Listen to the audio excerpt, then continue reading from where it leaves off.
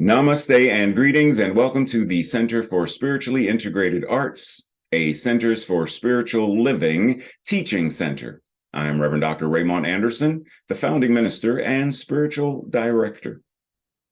If you ever have questions about who I am, who we are, what we do, what is Spiritually Integrated Arts? What is a teaching center? What is Centers for Spiritual Living? What is metaphysical spirituality? What is New Thought? Science of Mind and Spirit?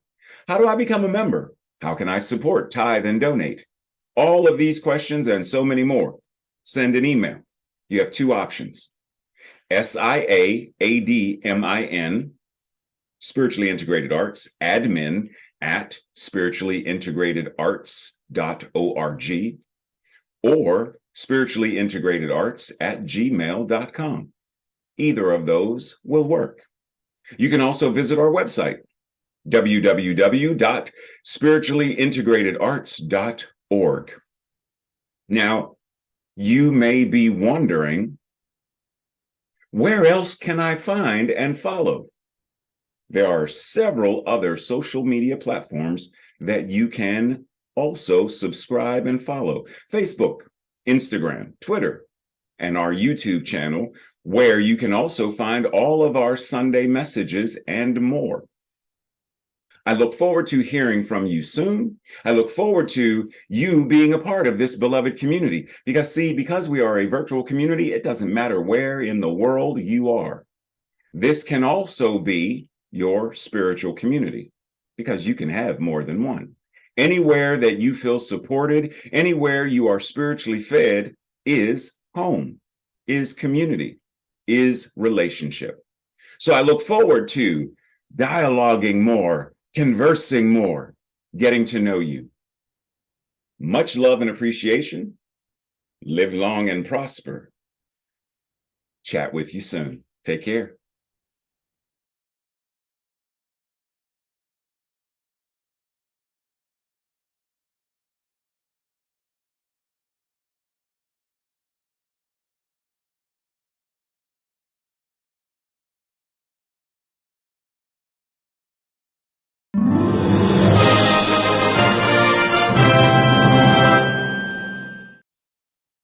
Namaste and greetings. June, our next gathering on Zoom, which happens after the Sunday message, is June 25th. It is our opportunity to come together, to fellowship, to chit-chat, to simply connect with one another. If you do not already have the Zoom link, send an email to either of the email addresses you see on your screen, and the link will be sent to you. Now, keep in mind both of these email links, because these are the same email links that you send an email to for the Zoom link for the Wednesday night and the Thursday night gathering. Wednesday night is our Science of Mind and Spirit discussion group from 7 to 8:30 p.m. Eastern Standard Time, where we discuss what is religious science, what is science of mind and spirit, how do I use it, how do I live it, how do I make it a way of life. And on Thursday night, from 7:30 to 8:30 p.m. Eastern Standard Time, the study group that goes over and discusses the questions that I, Reverend Ray, share with you at the end of each message.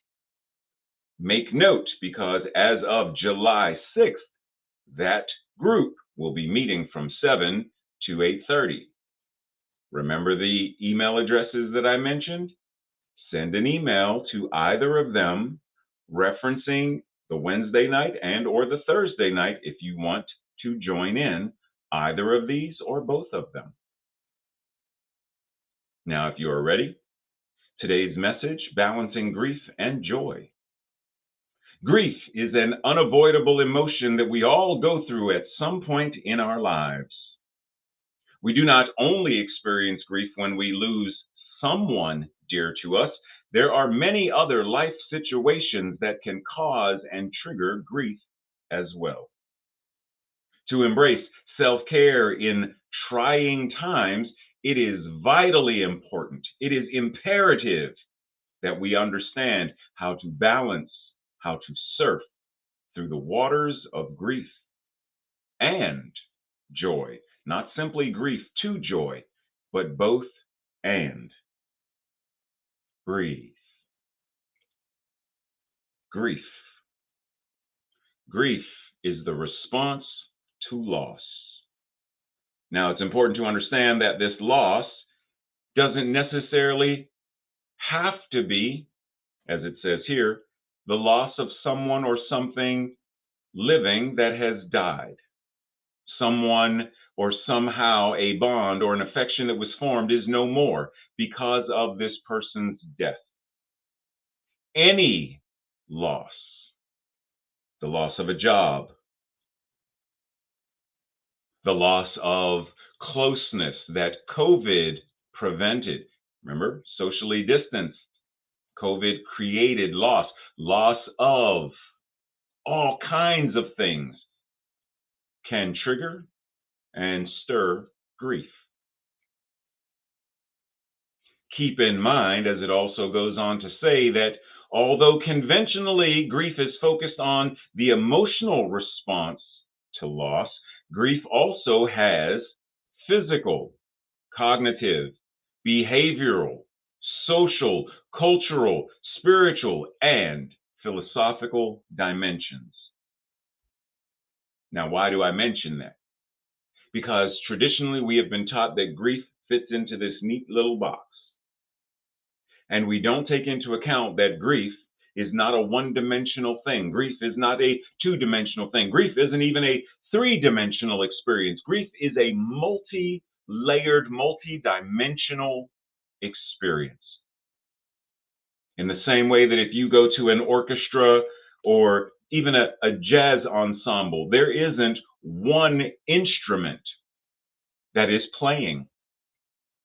For the musical piece that is being played, there are multiple instruments being played, and each has its own sound, its own rhythm, its own voice and way of expressing.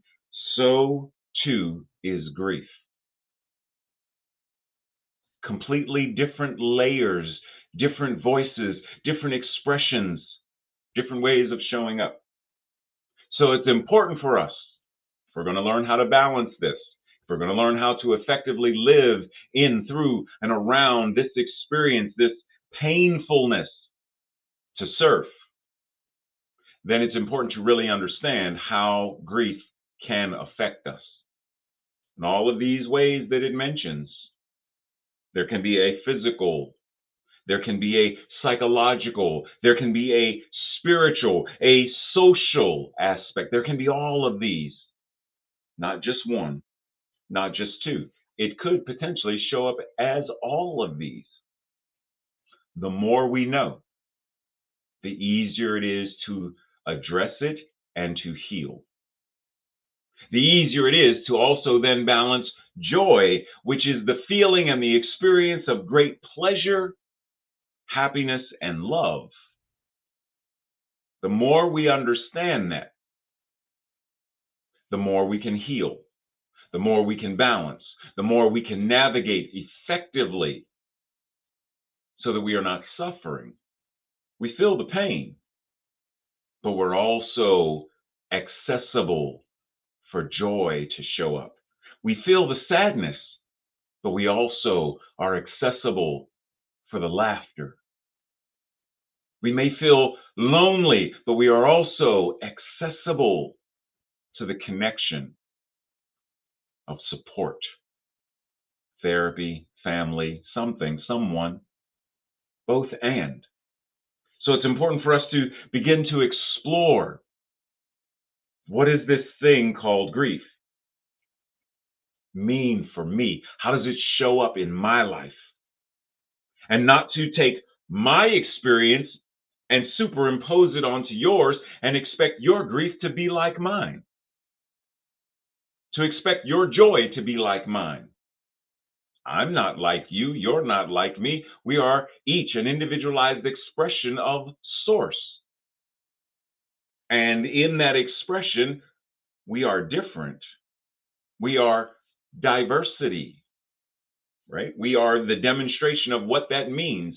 We are diversity in expression. We are the infinitude of all that and it's incarnating, it's individualizing as us. And even in that diverse, unique, we are still the one. We are still a unified oneness of Spirit of God, of the universe, showing up as. So why not celebrate it? Why should I try to make your grief, my grief, like my grief, sound the same, be the same? Because it's easier to compartmentalize rather than being present, not just to myself and the grief that I experience, but to be present while you grieve, because it's uncomfortable. So I want you to get over it rather than simply be present. Listen, feel, intuit, understand, breathe.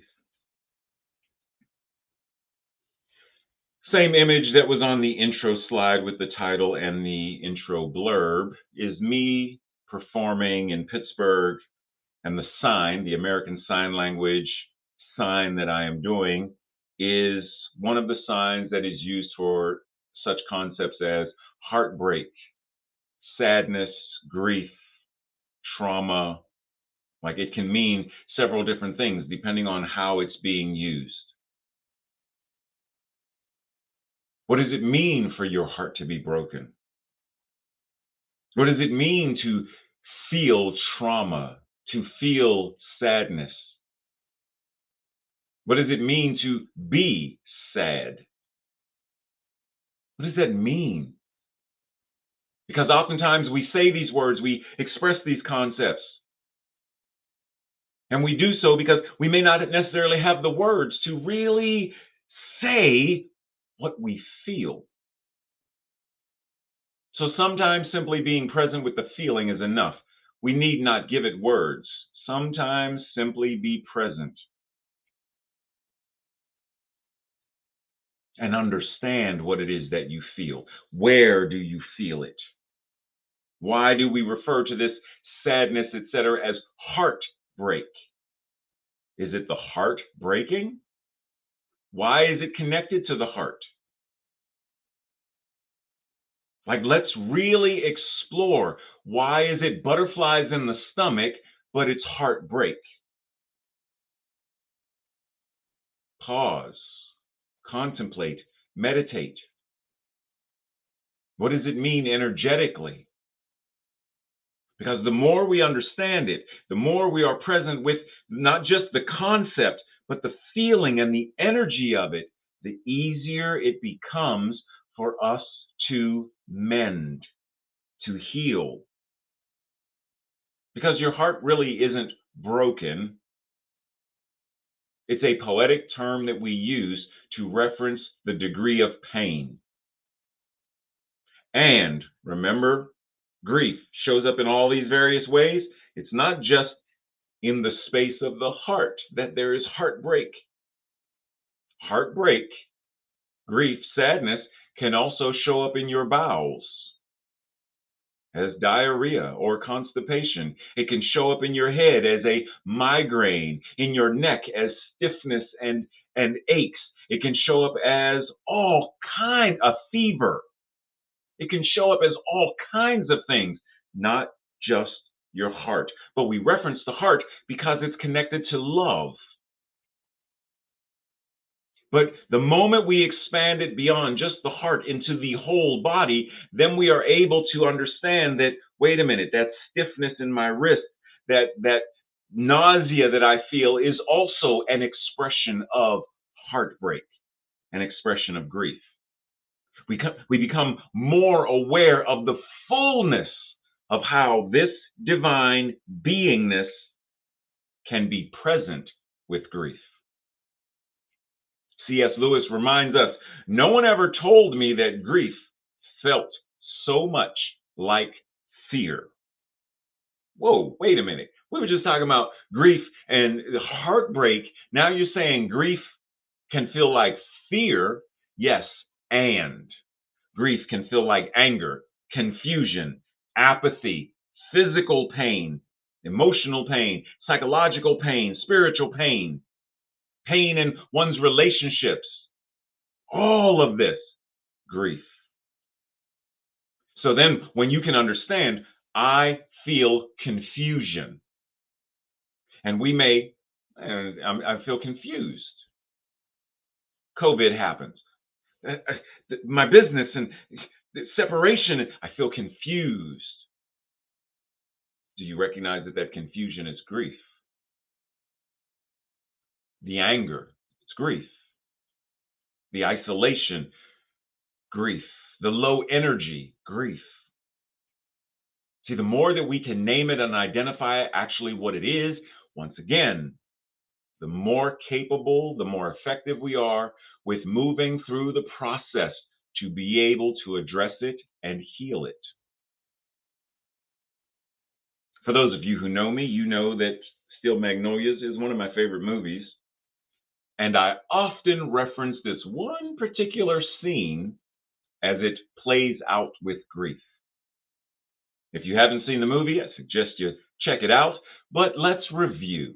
There's a scene where Sally Field's character is in the cemetery after her daughter dies.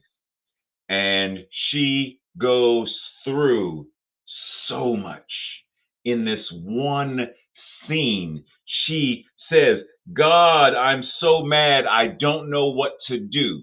Anger. She wants to know why. There's confusion. I don't get it. She's lost. Why? And she screams out, God, why? She wants answers. She goes on, because I wish I could understand. Seeking, confusion. I wish I could understand. I need it to make sense, and it doesn't. Why is my daughter dead? I was supposed to go first, before her, not the other way around. I need an answer. Why? And then, no, I will not, no. She slips into denial. This can't be. This, it makes no sense. Because it's overwhelming. I don't know what to do with this. I can't take it anymore. Then she, right back to anger. I'm so mad. I just want to hit somebody. I want them to feel as bad as I do. And then her friends, specifically one, makes a joke about punching. When she says, I just want to hit something, one of her friends says, here, hit Weezer. Like half the town would love, to hit her. So hit her. And in that moment, the pattern of grief is offset. And joy, laughter comes back in. And then moving through, she is better able to balance. She has regrounded. She still feels the sadness. She still may be seeking answers, but she is now in a place of, and she can manage. She can balance, and she can move forward. Ernest Holmes says, memory is the storehouse of all my conscious thoughts, and it is active. Memory, pause, warning. It is important for us to be mindful that memory can be a dangerous thing. Memory can be the elixir, the intoxicant that makes us want to nostalgia, the good old days when America was great. And we get lost on the high of, the 70s. That was the best. Wow. The 60s were, man. Remember when? So yes, memory, storehouse, but be mindful of what are you storing? Because it is active. So what are you storing? How are you storing it? Because it's easy to store it in a way that is not life affirming. Now, another one of my favorite television shows. Still Magnolias was a film. This is a television series that is a offshoot of the Marvel universe and characters created in the Marvel films, Wanda Maximoff and Vision, who fell in love and watched the movies. But the reason this series is particularly important for us is because in this, Wanda is grieving. Now, truth be told, it's grief compounded with grief, compounded with grief. When she was a child, her parents were murdered, killed in a war, in an explosion. Compounded with, later, her brother. He's killed while they're fighting Ultron. Compounded again when Thanos comes and snaps and half of all of the universe vanishes. But Thanos, in order to snap and do this, he needs the Mind Stone that is in Vision's head. So he kills Vision to get the Mind Stone. And the really thing about that is,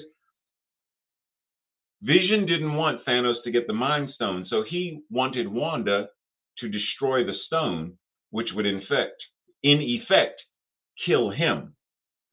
So he said, "You are strong enough to do this, and I would want no one else to do this other than you." He wanted the love of his life to end his life, to prevent the villain from ending life. And Wanda did it.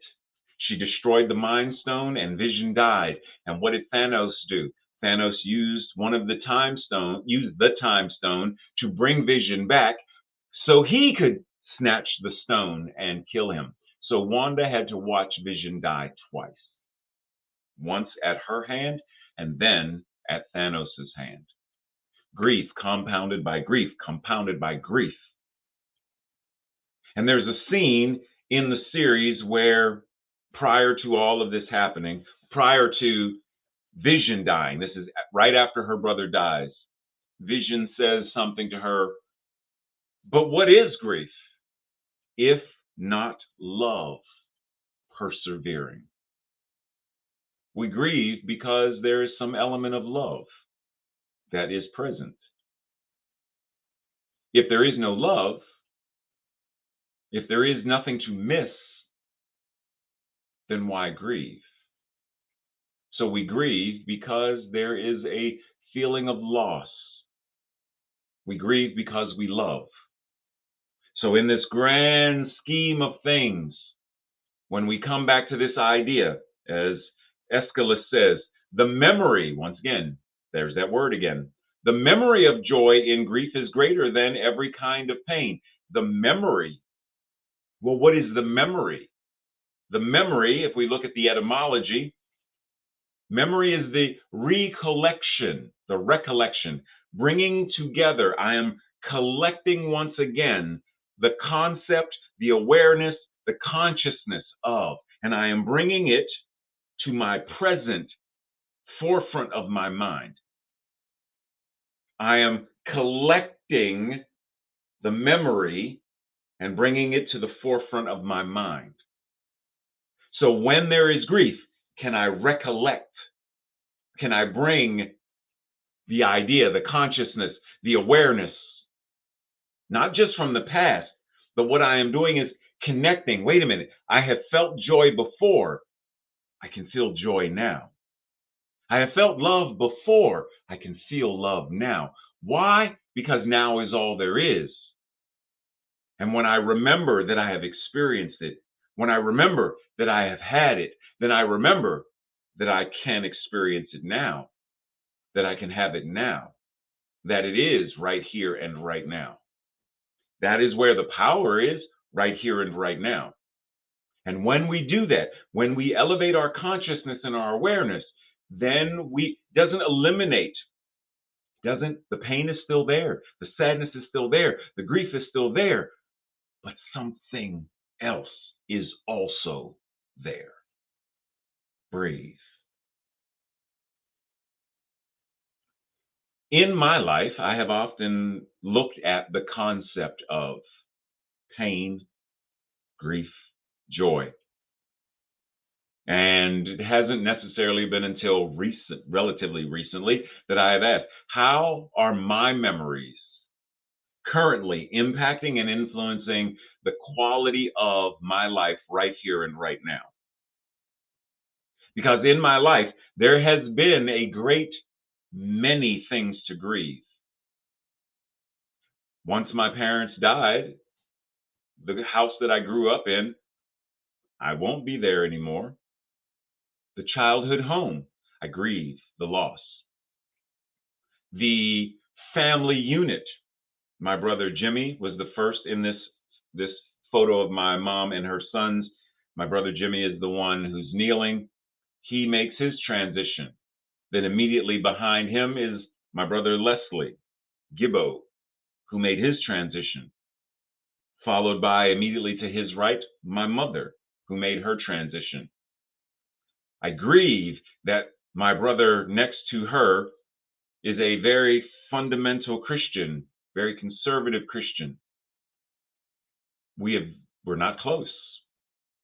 My brother Tyrone, my brother Smooth, we're not close.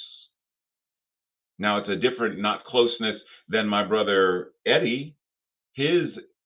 That not closeness is because of the religious fundamentalism for the most part.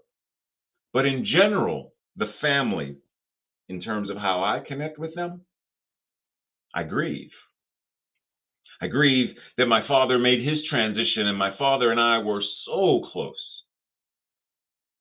And it's interesting because not too long ago, Tracy and I were talking about the idea of, folks making a pilgrimage to see, visit Ernest Holmes' grave. And even though Ernest Holmes himself was like, I don't want people to do that, like, don't put me on a pedestal. And I mentioned, for me, there is no need for me to go to a cemetery. And yet, when my father died, every time Tracy and I would go to Pittsburgh, I would visit his grave. Not because I believed he was there, because I know there is an infinite allness and my father is everywhere. Everywhere God is, my father is, right? But there was the process of grief. And the process of grief meant that I needed to feel something closer to him. I don't know. I needed to be reminded that I got the gravestone. My father, my friend, my teacher is what's carved on his headstone. Because it was my connection to him. I grieve. And I remember the fun, the laughter, the joy, even with my brothers and my mom. Even amidst all of the alcoholism and all of the trauma, I still remember the moments of joy. So when my mom makes her transition during COVID, I grieve. I grieve knowing that whatever threads were holding me and certain family members together, the moment she makes her transition, that's gone. I grieve. And yet I am also able to be present to the joy and the laughter because my mother was silly as all get out. Tracy will tell you, Lois was a cut up, not to be trifled with, not to be messed with, because she'll tell you. So there were balances of, and I appreciate the fact that the mother that I had when I was very young and the mother that I had later in life, there was a reconciliation where we became friends. Didn't agree on everything, didn't see eye to eye on everything, didn't have to. We became friends. So I grieve. I grieve the American Sign Language cohorts and family that I had when I had stars, when I had Believe, because that group is no more. I grieve not being able to perform American Sign Language the way I used to, traveling and going to amusement parks and the children's hospital and all of the things that we used to do. I grieve knowing that these relationships are only in memory for the most part now. I grieve that I have had mentors who were very instrumental in who I have become as an American Sign Language interpreter. And yet there is great joy for having these women in my life, for having their wisdom, for having their push. Because had it not been for Lisa and Jan, I wouldn't have done American Sign Language. Once I moved to DC, I would have been done. I'm like, man, I'm gonna find something else to do. But Lisa and Jan, they're like, if you don't get, these two women pushed me. Yes, you're going to make mistakes. So what? Get out there. You've got a gift. Share it. So when they died, when they transitioned, I grieved. I grieve that I am no longer a professional sign language interpreter. I grieve that my experiences with theater, the way they used to be, are no more. I grieve that I'm not an American Sign Language teacher the way I used to be. I'm not a public school teacher the way I used to be. Like all of these things have shifted, have changed, have ended in many ways. Many relationships, relationships with skills, relationships with careers, relationships with people have changed. I grieve. I grieve the effects of COVID. I grieve the anti-Semitism that caused someone to go to one of the synagogues in Pittsburgh and kill people. I grieve Uvalde and the mass shootings of many schools over many years, churches, supermarkets, movie theaters, mass shootings. I grieve. I grieve the shootings that have happened in the gay community, at nightclubs, at events. I grieve that there are people who want to whitewash my history as an African American. I grieve that there are people who have made guns their fetish, who worship the gun rather than life. I grieve. I grieve relationships that have ended. I grieve that there are people that I didn't know personally, but I grieve the pain. I grieve their lives. I grieve the loss. And yet I am also joyful for the time that was given, shared. I feel joy for something that was gifted to me, whether purposefully or by osmosis, but there was a give and a take. I grieve and feel joy. I grieve my puppies that are long gone and that I had to leave them to move to DC and that I never was able to get them or revisit them. I grieve. I grieve the loss of biological family that I'm not close with. They're still alive, but we're not close. I grieve family of choice that we're not close. We were, but no more. I grieve. I grieve that the relationship with my 5 sons has greatly changed. Some, it's not what it could be or what I would like it to be, and others, it also has ended. I grieve, and yet I am also joyful for what was. I'm joyful for the memory. I'm joyful for the gift that love has been afforded, and yet I still feel the loss. I still feel the pain. I grieve.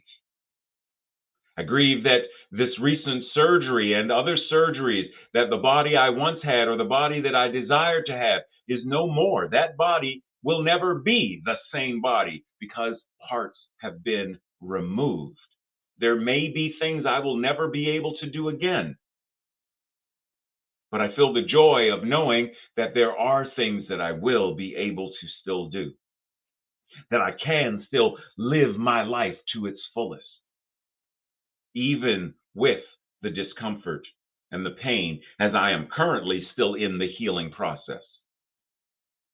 See, this thing called life is very much like walking a labyrinth, or very much like the symbolism of the unalome, where you transcend, you spiral upwards, you move through life. And there are times when you're in the outer ring and like in this image, you pass that little bush that's in the corner from the outer ring, and then you go through and you go through and you go through and you circle that bush, you pass it again, but you're at a different point within the labyrinth. And you're going to pass it again, but you're at a different point in the labyrinth, because the whole point is you're getting closer and closer and closer to the center, closer and closer to the center of your being, closer and closer to that space and that energy of enlightenment. It's one of the reasons why the logo for this community, there's an unalome at the bottom of that A. That's what that is. And it represents that we are involved in this practice that is going to spiral, that is going to move, that is going to morph, and be honest and be real and be authentic in the process. Because once you get to the center of the labyrinth, you don't stay there. You walk back out, bringing the awareness that the center afforded you. And you take that awareness back out of the labyrinth into the world. And then at some point, you revisit and you go to the center. And then you come back out. You go to the center, that place where you know who and what you are. And then you bring that out. You bring that into the world. So our invitation is for real to approach this thing called trauma-informed care, trauma-informed spirituality, trauma-informed living. To be authentic and real in our grief, our anger, our frustration, our pain, and bring our spirituality and interweave it so that we are truly, in the most effective ways possible, healing. Not a one and you're done, I'm healed, but healing as an ongoing process. Breathing as an ongoing process. Eating as an ongoing process. We go in to the center and then we come back out, changed and transformed. But we go through the practice, we go through the process so that we are better able to live fully. Dr. Holmes says, right thinking brings new conditions. But what does he mean by right thinking? Right thinking simply is having your mental equivalents be effective. What is it that you want to experience? What is it that you desire to experience? Then make sure that your mental equivalent is that. And then live it. That mental equivalent is going to outpicture in whatever these conditions are. You want different conditions? Change the mental equivalent. You want different experiences individually? Change your individual mental equivalent. You want a different experience or different condition culturally? Change the mental equivalent of the culture. Keep in mind, there was a time when slavery was legal. It was government supported. Is it now? No. Why not? Because the mental equivalent of culture, of consciousness, changed. It evolved. So we want to change the cultural experience right now of bans, book bans, of drag bans, of legislation being passed for there to be non-gender affirming care, etc. We want those conditions changed so that there is equity and justice. Then we change the mental equivalent of the culture and the society, and that will change the condition, the experience of the individuals who are within that culture and that society. But we have to be present with our own mental equivalents. We have to know what it is that we are thinking, feeling, speaking, saying, doing. Because if you want a healthy, life-affirming balance between grief and joy, between love and laughter and sadness and pain and all of this stuff, it must be consciously cultivated and nurtured and consciously constructed. Not just simply crossing our fingers and wishing for things to change. If not me, who? If not us, who? If not now, when? Choosing to do it here and now. What is that old proverb that says, when is the best time to plant a tree? 30 years ago. When is the next best time to plant a tree? Right now. Do it now. Stop waiting for someone else to do it. Stop waiting for someone else to vote. Stop waiting for someone else to run for office. Stop waiting for someone else to speak at a school board function. Stop waiting for someone else to speak truth to power. Stop waiting for someone else to volunteer and serve. Stop waiting for someone else to write that book, to teach that workshop. Stop waiting for someone else to love you. Love you first. Be joyful in and of yourself first. Be free first. When Frederick Douglass says, I prayed for freedom for 20 some years, 25 years, but I didn't get it until I prayed with my feet. He couldn't have prayed with his feet if his mind hadn't been made up. If the words of his being were not already anchored and centered in freedom. If his emotions and his energetic feelings were not already in alignment with. There would have been no action in alignment with the mind, the words, the emotions and feelings. Action. Stop waiting for someone else to set you free. When you have the keys, when you can do it, set yourself free. Nancy Burns says, there is freedom knowing that you can carry joy and grief together. Knowing that it's both and, not either or. There is freedom in coming to the awareness that both and. As Thich Nhat Hanh says, sometimes your joy is the source of your smile, but sometimes your smile can be the source of your joy. One of these is expecting it from the external in. I need that to change before I can smile. I need that to change before I can love. I need that to change before I can be free. Versus, oh, no. I am free because I deem myself free. And from the inside, from the center, I am free. And then come back out and change the external experience. The civil rights movement, group of people who knew I am a man. I don't need you to validate me. I am. And from that I am, they marched, they voted, they protested, they attested. They lived, moved, and have their being based upon who and what they knew themselves to be. Same thing with Stonewall and the gay liberation movement, which now we know as the Pride movement of Pride Month. Same thing. All of this is about, I know who and what I am, and I will not allow you to rob me of that. Sometimes your joy is the source of your smile, and sometimes your smile is the source of your joy. Move past the either or concept of you're either grieving or you're happy and joyful versus both and. It's breath. Breathing is both inhale and exhale, not either or. Just an inhale isn't breathing. Just exhale isn't breathing. Both and.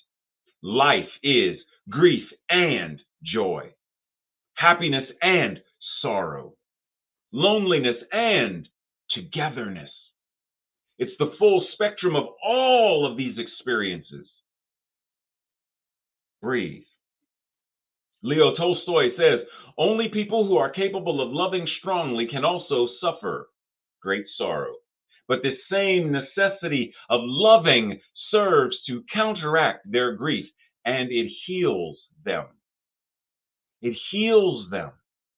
The depth to which we are able to go to our center, to be present to all of it, heals not just us, but it heals the world. Because there is no us in isolation. There is only one mind, and that mind is God. There is only one life, and that life is God. And so when your life, your individualized expression of life is liberation, is freedom, is equity, is unity, it affects everything and everyone. And the more powerfully you can live that out loud, the more powerfully those ripples move throughout space and time. Pierre Teilhard de Chardin says, joy is the infallible sign of the presence of God. Joy is the presence of God. Joy. Where and when can you find joy? Where and when can you be joyful? Because when you exist in a state of joyfulness, joy finds you. Joy shows up. I don't need a reason to laugh. I am my own reason to laugh, as Tracy will tell you. Tracy often refers to me as the dog whisperer because, as the image in the middle shows, Tracy and Rainica, like there was a group of us, and we're in New York doing our New York thing, and this guy and his dog walk by, and the dog gets in front of me, and the dog is like, "Boop, it's time to chill," like right there in front of me, and the guy's like, "Wait, what? Like, wait, what are you? What?" And the dog wasn't getting ready to leave until the dog was ready to leave. Like the dog needed to be in my space. And we laughed and we joked about it and laughed and joked with him. And it was a moment of sheer and total joy. Joyful, joyful. Can you adore you? Are you willing to adore you? Tagore says, I slept and dreamt that life was joy. And I awoke and saw that life was service. And I acted, and behold, service was joy. In other words, living, moving, and having your beingness in service to the world is what joy is. But you have to do it. If the goal is happiness, love, and health for self and others, then we must start being more compassionate and gentler with ourselves and with others. We can be in pain, and we can be healing, and we can feel angry, and still know that we are whole, perfect, and complete, and still embody that while feeling pain, grief, anger, frustration, and trauma. Living fully. Both and. Breathe. This week's declaration, our affirmation, if it resonates with you, then say it with me on the second go round. I now release all that no longer serves me, and I accept all that does, and I choose to embrace joy. Together. I now release all that does no longer, I now release all that no longer serves me. And I accept all that does. And I choose to embrace joy. One more time, since I flubbed up that. Come on. In 3, 2, 1. I now release all that no longer serves me. I accept all that does. And I choose to embrace and embody joy.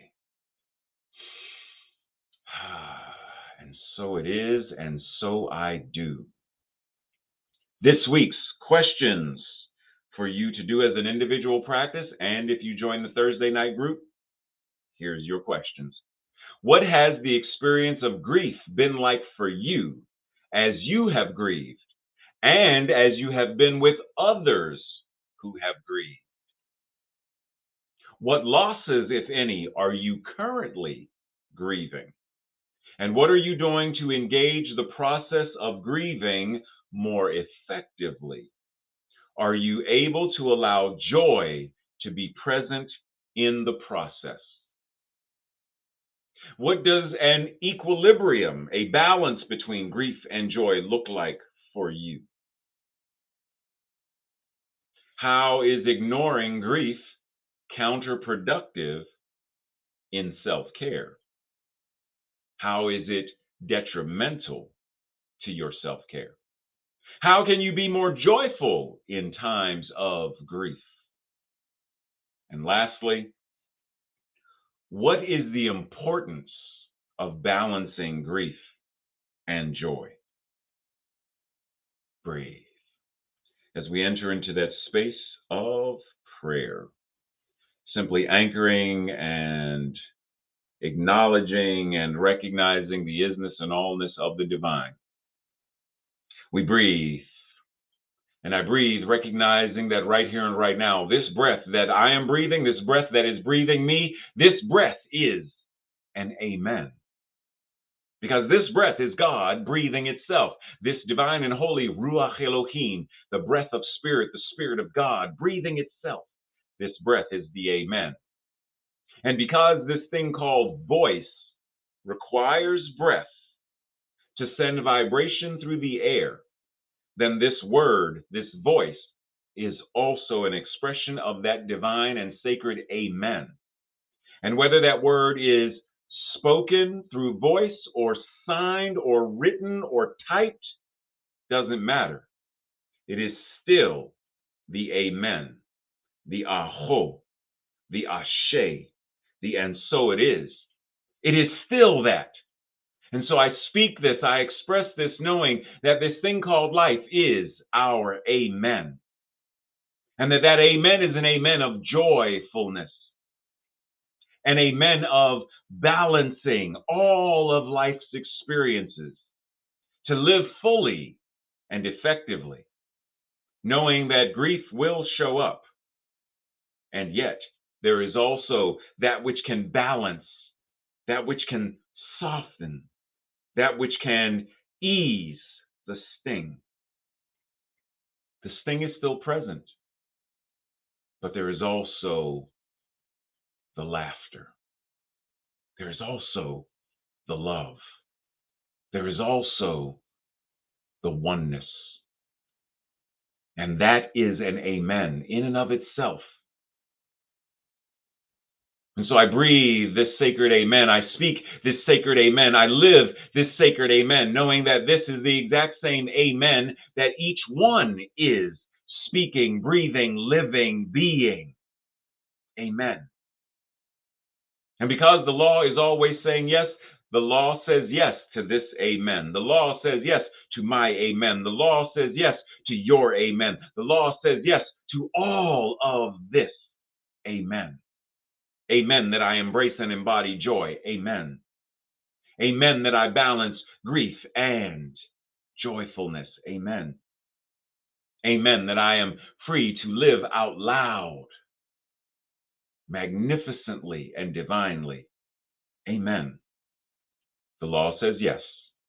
That means it's already answered. It's already done. It's already manifesting. It's already demonstrating. It's already here and it's already now.